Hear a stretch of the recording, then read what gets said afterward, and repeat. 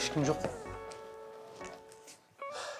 Бізге директордың кабинеті қайда, соны тауып алу керек. Директордың тауын табамыз ау.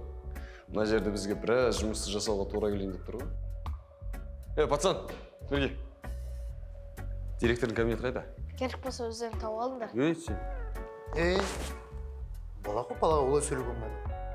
Балаға жылы сөйлеу керек. Кішкене философиямен түсіндіру керек. Балақай, бізге директор өте қажет болып тұр. Кабинетін айтып жібер. Айттым ғой, керек болса өздерің тауып алыңдар. Ау? Да, екінші қабаттың дәлізінің соңында. Ну, олай да анда-санда можно.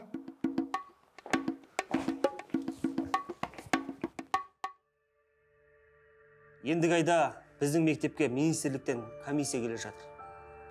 Сіздерге берілген сыныптардың балалардың тәртібі қойдай жуас болу керек. Оқушылардың бұзақылығы қаншалық деңгейде? Ең жоғары деңгейде. Ата-аналар бізге ақша төлеп отқан соң біз ешнәрсе дей алмай отырмыз. Бірақ барлық ата-анаға ескертілді. Балаларды ұрасыздар ма, соғасыздар ма? Қысқасы, тәртіпке келу керек. Жоға, оқушыларға қол көтеруге болмайды. Керісінше олардың жан дүниесіне үңілу керек. Біз іске кірісеміз. Құдай қаласа, менің сыныбым ең үлгілі сынып болады. Жақсы.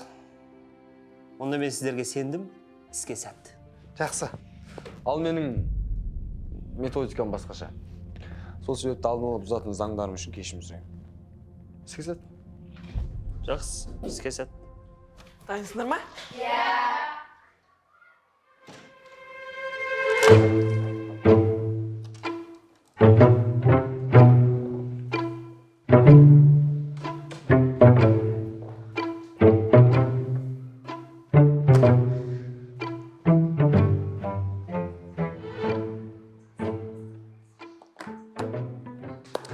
Балалар, менің есімім Нышанбай.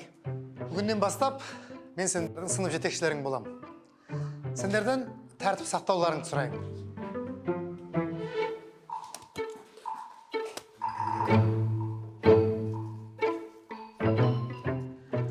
Мына қағазды өндіру үшін қаншама ағаш кесіліп, қаншама адамдар жұмыс жасап жатқан білсеңдер, тап-таза қағаз дәл бұлай қорламас едіңдер. Мен сендердің орындарында болсам, бұл қағазға жазу жазып пайдаланар едім. Жарайды, сабағымыз бастайық.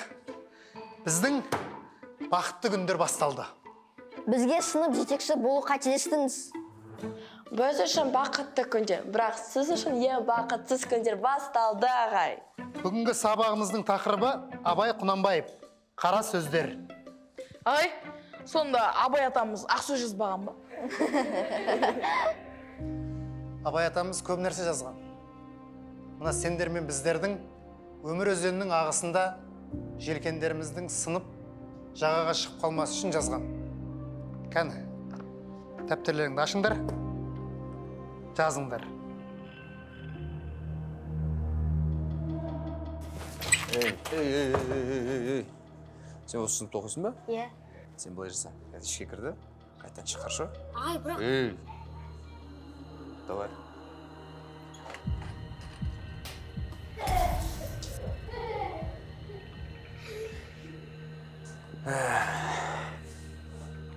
Бар, отыр жаңа.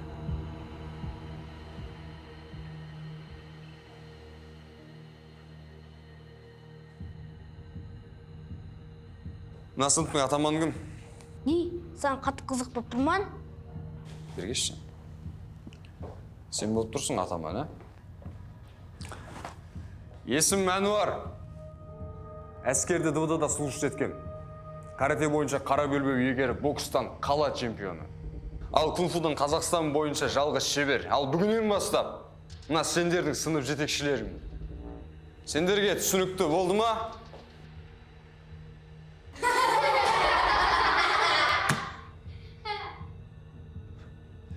Бар. Жайың отыр. Не болды, тұрамай қалдың ба? Тек балдар, ескерту.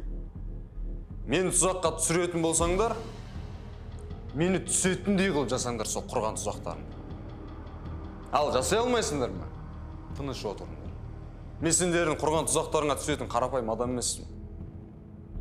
Сосын, менің сабағымда оқуларың міндетті емес. Оқисыңдар ма? Өздерің үшін оқыңдар. Ал оқымайсыңдар ма? Пожалуйста, шығып кете беріңдер. Маған керек тәртіп. Егер тәртіпке бағынбайтын болсаңдар, келесі сабақта ауруханада гипспен өтесіңдер. Ұқтыңдар ма?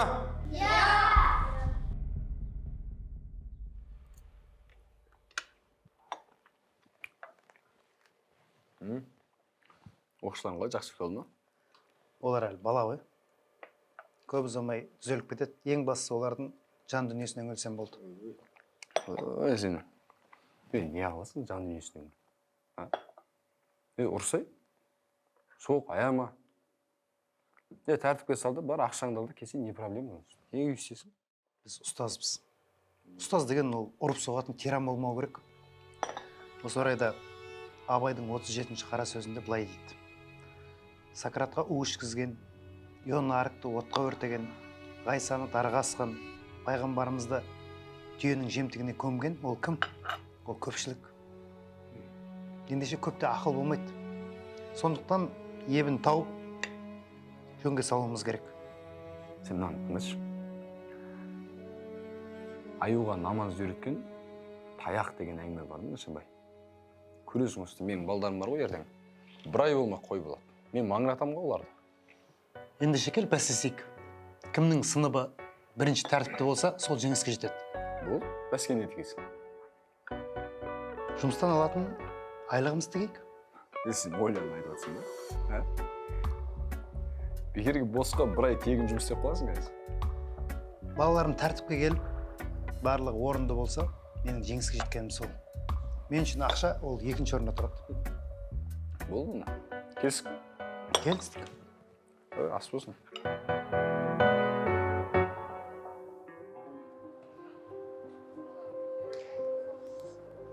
Мен де ойнасам оған ма? Сен өз доп деп аласың ба? Сен бізбен ойнауға дәрежең жетпейді, өз орынды біл. Шын айтамын, мен ойнай аламын. Онда бір тексеріп көрейік. Мә, допты қағып ал. Допта да тоқсамайсың ғой.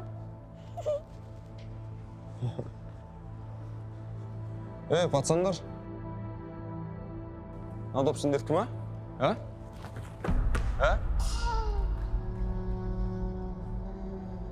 Не болды жатсың жайлы ғой сен? Тұр. Тұр. Бұл. Тұр. Бұл. Іштерің ауырған жоқ па? Жоқ. Мен саған айттым ғой. Адамдар сені мойындау үшін сен олардан мықты болуың керек деп. Айттым ба? Иә. Неге істемейсің енді? Бар сыныпқа бар. Не болды, ішің ауырып қалған жоқ па? Ай, Шымай, анан удар қатты екен. Допты лақтырағанға үш кетіп атсың, допты тепсе, аспен доқ болып кетеді. Жарсын, иә? Жүр кеттік. Жаңа сынып жетекшісі ағай қалай өзі? Бір түрлі ма? Айтпа, өзінше бір философ екен. Қайда барса да Абай атаның кітабын қолынан тастамайды. Соны айтам, біздің тәрбиеміз сөйт деп арнайы алдыртып отырма деймін. Иә, мектебіміздің тәрбиемізді түзеуге белсенділік түскен сияқты. Өзі Момақан ағай тәртіп қалай түзейді? Мінезін қоя беріңдер. Нышан ағайда бізге керекті заттары бар. Соны алуымыз қажет. Одан не аламыз? Телефонын көрдіңдер ма? iPhone 15 қымбат тұрады. Қолына тағып алған сағат та өте қымбат сағат екенін көрініп тұр. Сағатты ұрлай берейік, бірақ басқа заттарға тиіспей қояйық. Не үшін? Ақыры ұрғансын бәрін бірге ұрмайық та. Телефонда анда құрылғы бар, бізді тез тауып алуы мүмкін. Сен сонда оны реттей алмайсың ба? Жоқ, қолымнан келмейді. Ой, сен тебір. Сен хакер деп мақтап жүрсек. Жарайды, сағатын ұрласақ та жетіп жатыр. О, Диана, дәл уақытында келді ма? Қараш, сенің видеоны көріп отыр едік. Зейболардың келесі құрбаны сен екенсің ғой. Тиктокта жақсы қарам жинап атсың. Өзіңе ақша төлеп тағада пранкқа түсіп алсай, солай хит болып блогерша боласың. Сендерге сол да мазақ па? Әкел телефонды. Қап, мына қыздарды ма? Көрсетем мен оларға. Пішту, оларға ештерсе істей алмайсың. Үшеуіне кесік депутаттар. Амал жоқ, оларға тиісек шұтталып кету мүмкін. Әкел телефонды, біз кеттік. Пранкты біз заказ бергенсе ешкім білмеу керек. Білсе біле берсін. Бізге не істей алады?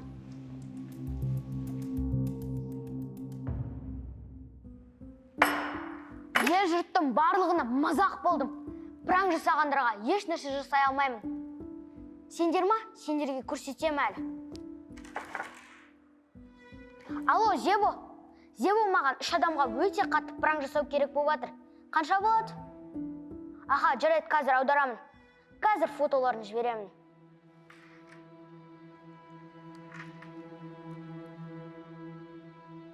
Алло, пап, қалайсыз? Пап, маған 5000 теңге бере тұрыңызшы. Пап, біреуден болсын сұрап беріңізші. Мына жақта барлығы сыныптың ремонтына ақша жинап қойды, мен ғана қалдым. Рахмет, пап. Сендерге ақша беріп пранк жасатқанын көрсетем. Бізге жаңа пранк ойлап табу керек. Біздің әдістер ешкірді. Ютубтан қарап іздейік. Ол жақтағы пранктар қызық емес, бізге қызық әрі қауіпті болу керек. Пранк жасалған адам қаншалықты мазақ болса, соншалықты қаралым көп болады. Дайындалыңдар, үлкен қыздарға пранк жасайтын боламыз. Кімдер ол? 2 күн бұрын тапсырыс берген қыздар. Мә, олар бізден үлкен ғой. Зиян тимей ма? Жато біздің әкелерін түфейтат. Оларды бүкіл мектеп таниды. Бізге еш нәрсе істей алмайды. Қандай пранк жасаймыз? Әлесе қатты ма, төмендеу ма? Заказ беруші өте қатты пранк қалап жатыр. Мә, қызық болатын секілді. Өте қатты пранк жасамағалы біраз болып еді.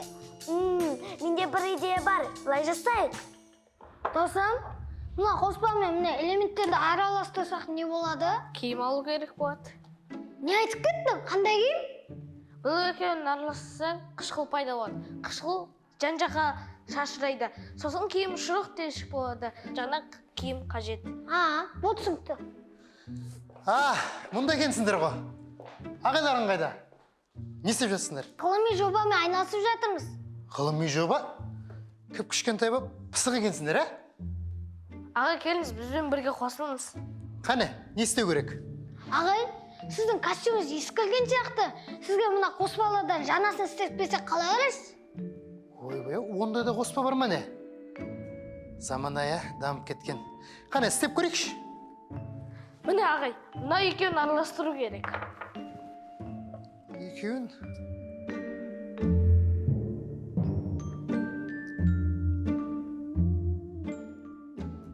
Мыналарың қышқыл жасайтын қоспа ғой. Балалар, мұндайды пайдаланбаңдар. Бұл өте қауіпті. Мына 2 қоспаны мен өзіммен бірге алып кетейін. Тағы да сендер бір желегіңді күйдіріп алсаңдар, мұндай болмайды. Мына қайрақтарымыз қойды. Білімді ағай зақты ғой.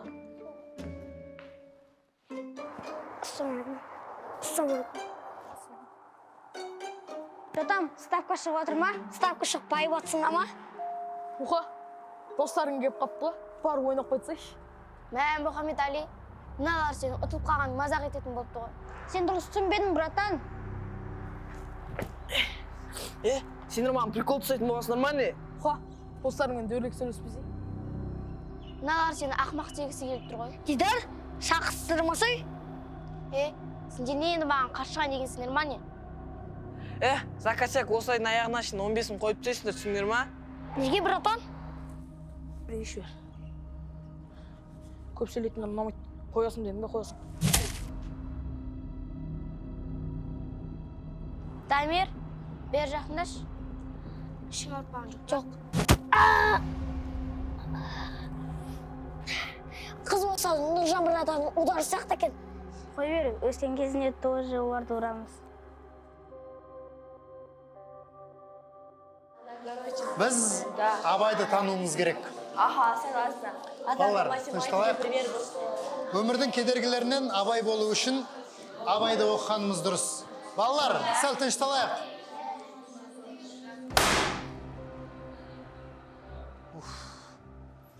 Тынышталыңдар ау әйтеуір.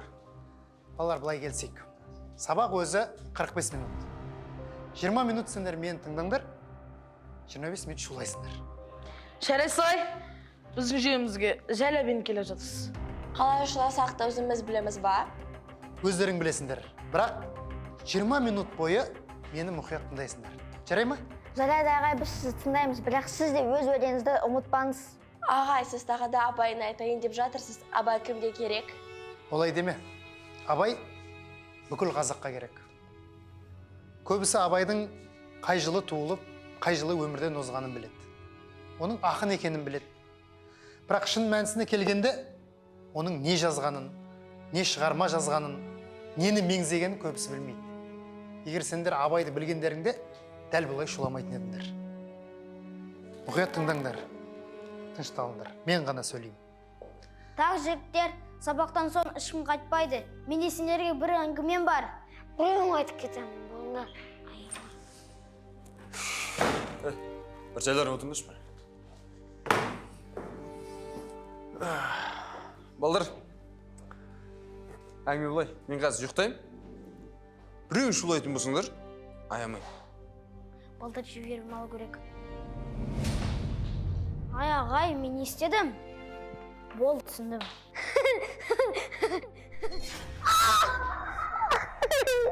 Ағай, бүгін сабақ өтпейсіз ба? Ой, сендер бәрі сабақ оқымайсыңдар осыңдар. Одан да тыныш отыра беріңдерші. Бүгін мен сабақ оқығым келіп тұр. Егер тағы бір рет сөйлейтін болсаң, аяна, келесі бір саған дейді. Түсіндің ма? Жарайды, ағай.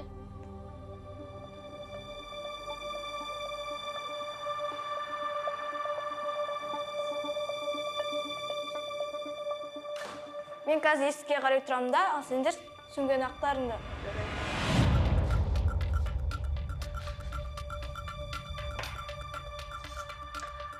Мына сөмкеде ешқандай бағалы заттар жоқ екен ғой. Сонда Абай жолы саған бағалы зат емес па? Тасташы, қазір Абай жолын ешқайсысы оқымайды.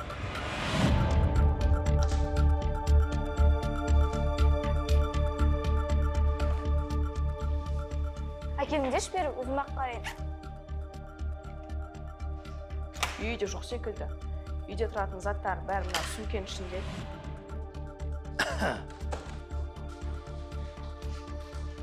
Не істеп жатсыңдар, қыздар? Тарағалайын деген едік. Біреудің сөмкесін ақтаруға болмайды. Тарақ сұрасаңдар, мен өзіме қалып беремін ғой. Кешіріңіз ағай, біз сұрап алуды үйренбеген едік. Кешіріңіз қой ағай. Кешіріңіз қой ағай.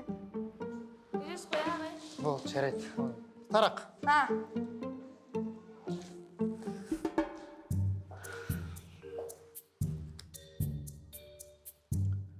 Сағатым қайда мен? Қай жерге қалдырдым ба?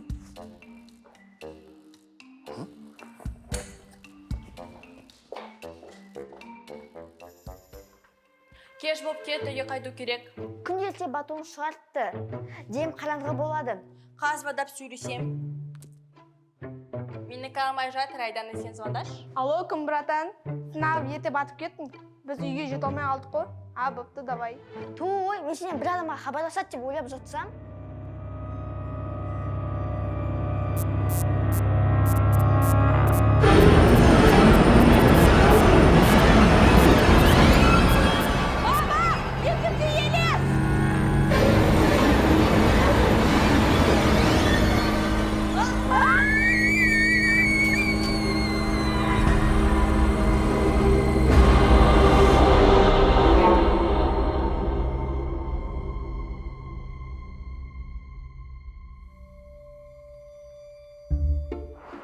Мұқа ақмақ басмай, нем бар еді осыны ойнап.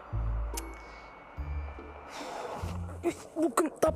Білмеймін, Нұржан сендер ма? Иә, біз қақында ол не? Сен мынандай денеңмен қалай таппайсың?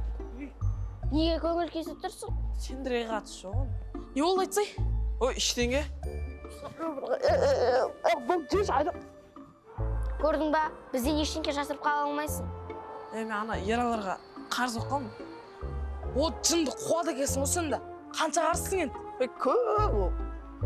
Уайымдамаш, біз шешеміз. Өмірін біз.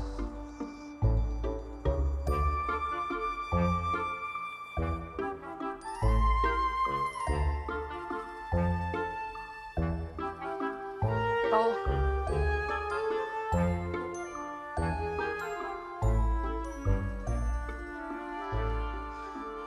О, адам сенде. Болмайтын адамнан ал. қойып тастса енді орнына тесесіз, табақша тесесіз. Болды ғой, уақытында қойып тастаймын ғой. Енді осындай не істеймін бар ғой. Болды ғой. Енді қайталанбайды. Тағы қайталағын. Шаршаттың ғой адамды.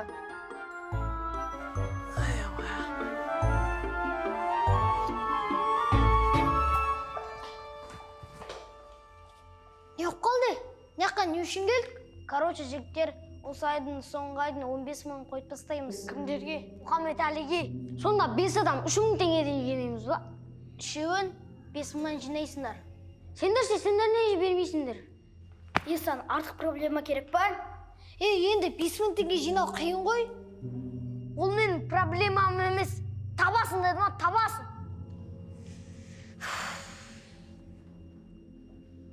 Проблема өзі азетінағар бәле болды ғой. Сол ғой, осылар 5 мың теңге тауы оңай деп ойлай ма? Әй жоқ, шай жоқ. 15 деп айта салғанша, қуады осылар. Мен бәрі бермеймін. Саған не артық проблема керек па не? Жоқ, болды онда. Басқа амал жоқ, бересің. Алло. Иә. Жақсы. Жақсы қазір. Өзім қазір қадағалаудан. Өзім хабар беремін сіздерге. Аха. Сіздер дайын болыңыздар, мен өзім хабарласам. Хабар беріңіз. Жақсы. Молодец, балдар. Болады екен ғой осылай, тәртіпті бол ғой,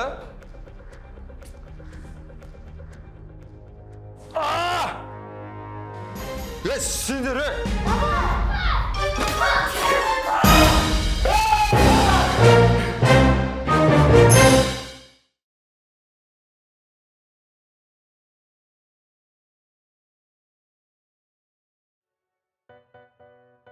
Сәлем супер көрермен. Енді біз Қазақстанның әр қаласында кино түсірудеміз. Және сол киноға сен де түсе аласың. Киноға түсу үшін ата-анаңыз мына WhatsApp-қа хабарласын. Біздің кинода кездескенше.